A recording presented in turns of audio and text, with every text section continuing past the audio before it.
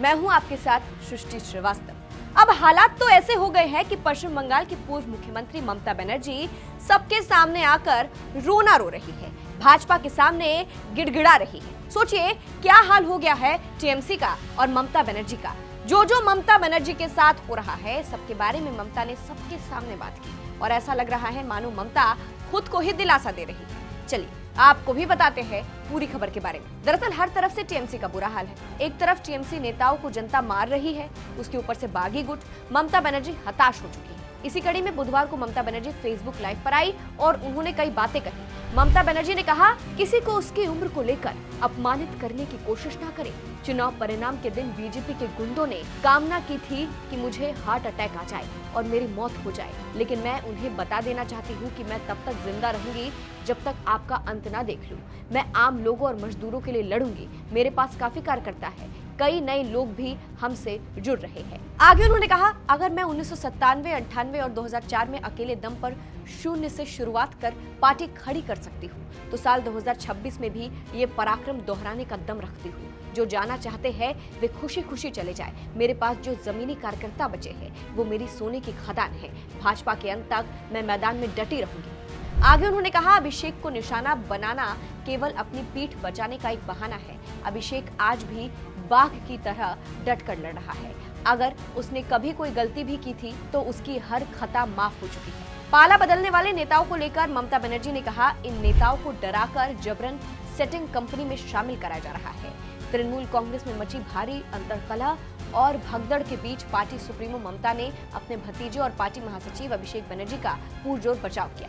अब जिस तरह से ममता बनर्जी अपना दुखड़ा सुना रही है, उसके बाद से कहा जा रहा है कि एक तरह से ममता बनर्जी भाजपा के सामने गिड़गिड़ा रही है, अपनी हाल को खुद बता रही है और मान रही है कि उनका हाल इस वक्त काफी ज्यादा बुरा है। इसलिए चर्चाएं हैं कि ममता बनर्जी भले ही निशाना साध रही है, लेकिन एक तरह से सामने आकर रोना ही रो रही है भाजपा के सामने। आपको बता दें, कांग्रेस ने भी ममता को औकात बता दी थी। कांग्रेस ने याद दिलाया था कि कैसे ममता ने धोखा दिया था। कांग्रेस ने तृणमूल कांग्रेस की मुखिया ममता बनर्जी को 21 जुलाई को प्रस्तावित पार्टी के एक कार्यक्रम के लिए आमंत्रित किया था। पीटीआई की रिपोर्ट के मुताबिक शहीद मीनार पर शहीद दिवस कार्यक्रम से जुड़ी तैयारियों का जायजा लेने के बाद कांग्रेस की बंगाल इकाई के अध्यक्ष शुभांकर सरकार ने ममता पर निशाना साधा था। उन्होंने कहा, ममता को 21 जुलाई 1993 के आंदोलन के ऐतिहासिक महत्व को मान्यता देनी चाहिए, न कि उसकी विरासत को फिर से लिखने की कोशिश करनी चाहिए। अगर ममता बनर्जी में सच में हिम्मत है तो उन्हें इतिहास को तोड़ मरोड़ कर पेश नहीं करना चाहिए। तृणमूल सुप्रीमो को स्वीकार करना चाहिए कि उन्होंने अतीत में एक गलत राजनीतिक फैसला लिया था। शहीद मीनार पर हमारे कार्यक्रम में आकर शहीदों को श्रद्धांजलि देने के लिए उनका स्वागत है।